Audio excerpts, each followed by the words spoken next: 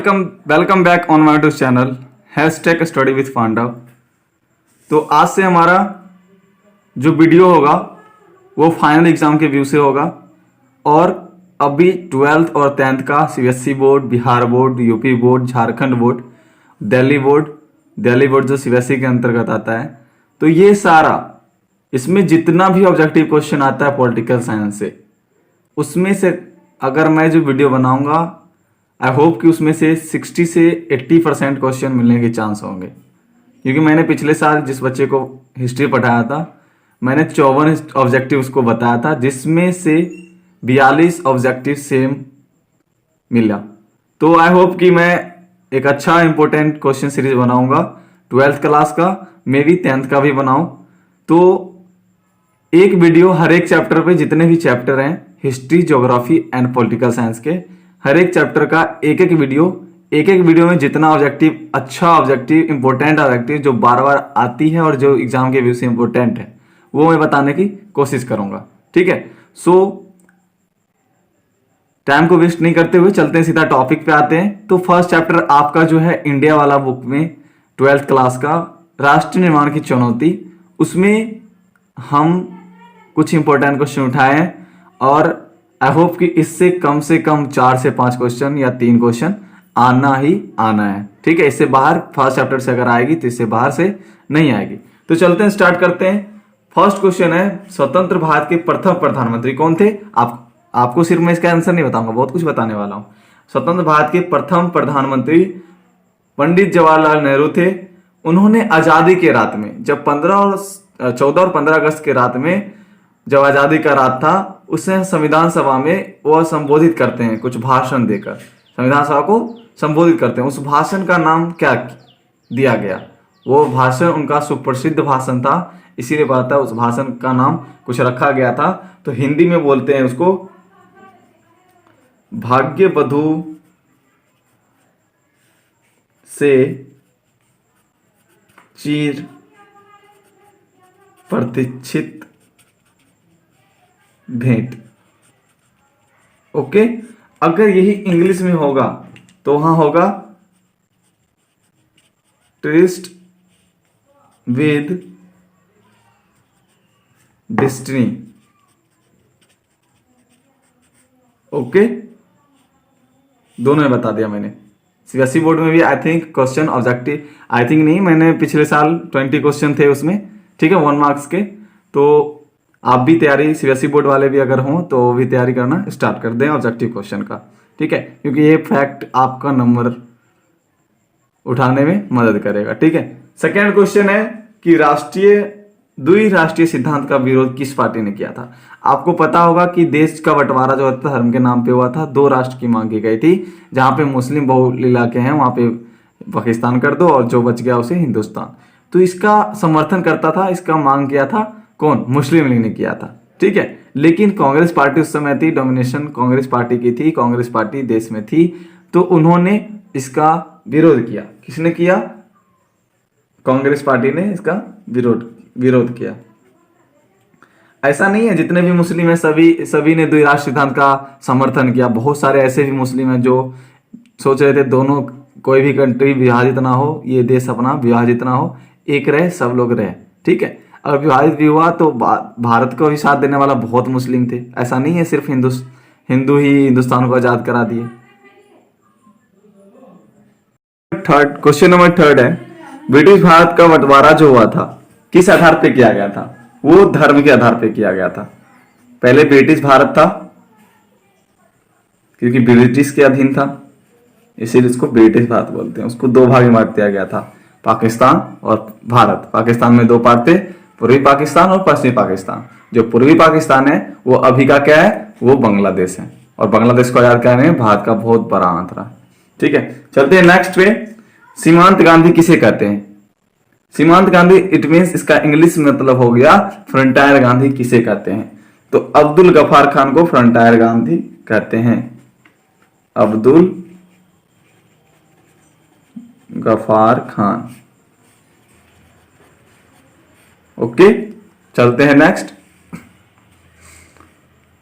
1991 में भारत की कुल आबादी में कितने प्रतिशत मुसलमान थे? कहने का मतलब आजादी के बाद 1991 के समय जो आबादी था इंडिया का, उसमें से कितना परसेंट जो था वो मुस्लिम था? तो वो था 12%। ठीक है, 12% को या 12% बोलो। नेक्स्ट क्वेश्चन, गांधी जी की हत्या कब और किसने किया? तो गांधी जी की हत्या कब हुई थी? 30 जनवरी 1948 में। और किसने किया था? नाथूराम गोडसे ने।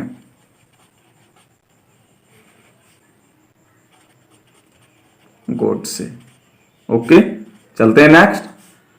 आजादी के समय लगभग कितने रजवाड़े थे? लगभग पूछ रहा है आपको। लगभग जो पूछे तो आप अगर किताब में जैसे एनसीईआरटी में दिया 565, तो यहाँ पे आप लिखना लगभग 565। बताता हूं क्यों। अगर आपको 565 याद भी नहीं है, आपको 560 याद है, तो लगभग 560 लिख दोगे तो वो आपका सही हो जाएगा। लेकिन ऑब्जेक्टिव में रहेगा 565, तो 565 ही मारना है, 560 नहीं मारना है।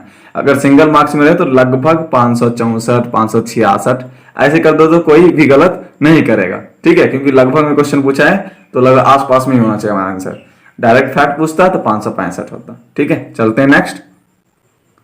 क्वेश्चन नंबर 8 है, रजवाड़े भारतीय संघ में अपना विलय, विलय मतलब मिलना, विलय मतलब सम्मिलित हो जाना, भारत में सम्मिलित हो जाने के लिए वो कौन से पत्र पे हस्ताक्षर करते थे?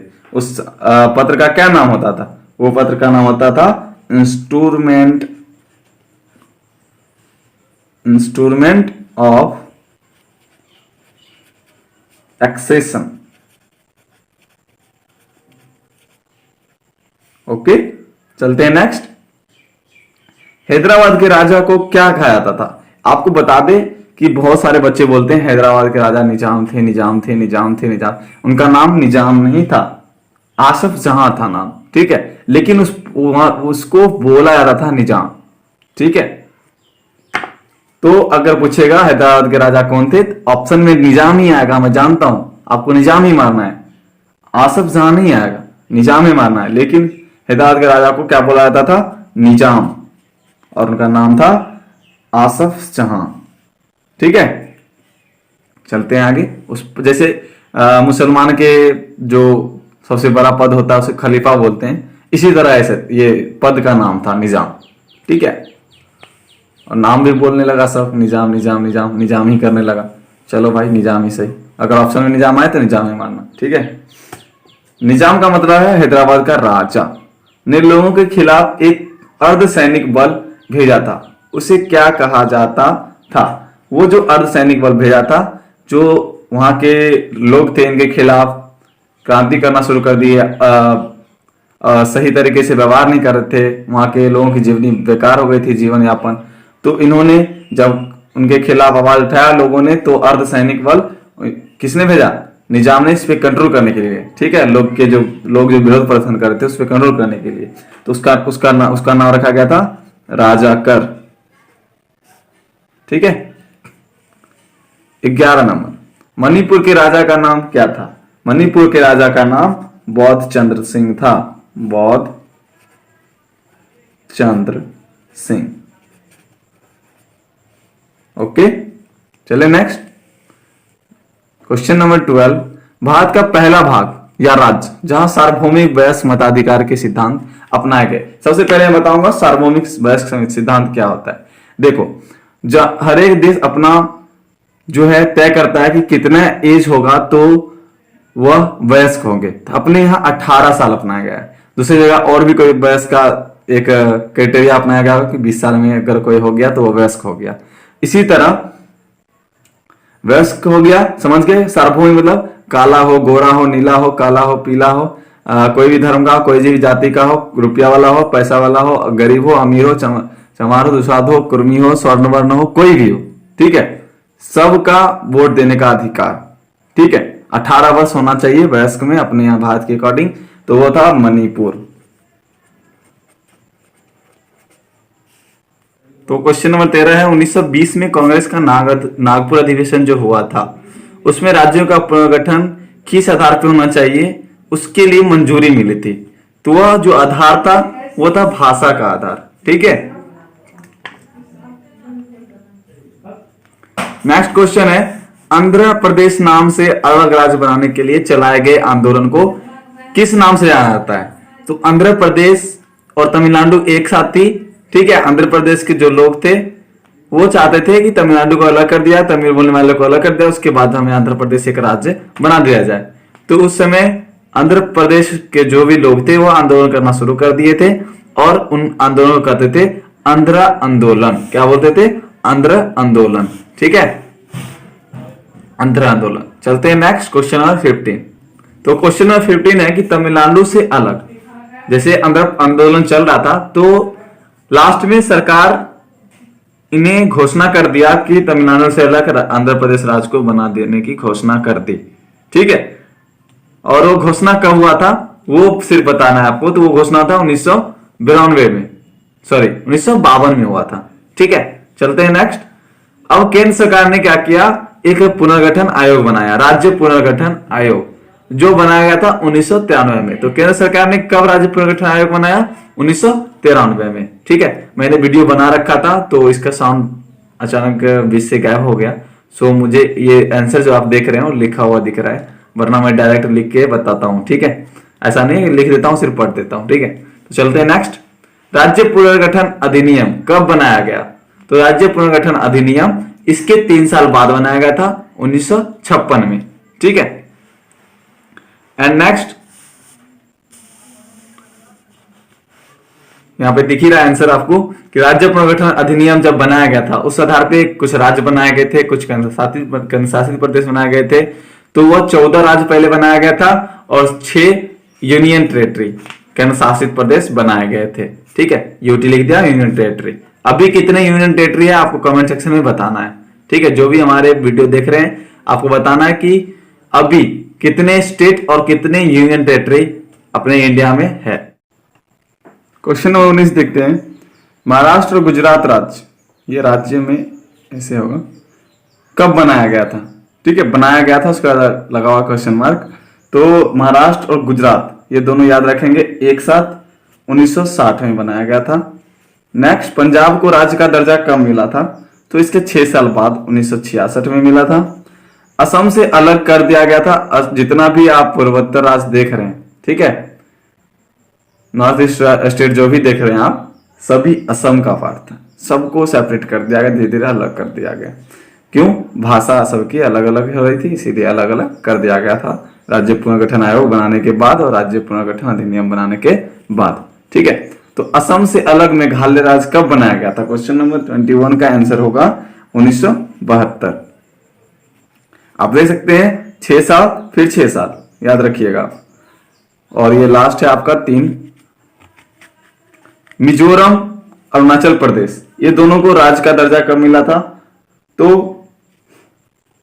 1987 में। और आपको बता दें, इससे पहले चलते हैं 1972 की अगर हमने बात किया तो इस समय असम से मेघालय भी अलग कर दिया गया था और मणिपुर भी अलग कर दिया गया था, त्रिपुरा भी इसी समय। ये तीनों स्टेट बना 1972 में, याद रखिएगा, ठीक है। नागालैंड बनाया गया था 1963 में, ठीक है। इसको हमको यहां डालना चाहिए था, मैं भूल गया, ठीक है। इसी तरह हो जाता महाराष्ट्र गुजरात 60 में, फिर 3 साल बाद नागालैंड बन गया, फिर 3 साल बाद पंजाब बन गया, फिर 3 6 हो गया, 6 साल बाद असम बन गया, मणिपुर बन गया, त्रिपुरा बन गया, ठीक है। ऐसे आप अपने नोट्स में लिख देना, नोट डाउन कर लेना, ठीक है। छत्तीसगढ़, उत्तराखंड और झारखंड ये सब बना 2000 ईस्वी में, बिहार से अलग होकर बना था झारखंड, याद होगा आपको। तो यहीं पे वीडियो समाप्त होती है। वीडियो कैसा लगा आपको कमेंट सेक्शन में बताना है, ठीक है। और अपने दोस्तों के साथ ज्यादा से ज्यादा शेयर करना है। और अगला टॉपिक हमारा 2nd चैप्टर होना चाहिए या वर्ल्ड पॉलिटिक्स का 1st चैप्टर होना चाहिए। आप कमेंट सेक्शन में मेंशन करेंगे, तब जाके हम नेक्स्ट वीडियो आपको अपलोड करेंगे, ठीक है। तो वीडियो के साथ करते हैं, जय हिंद।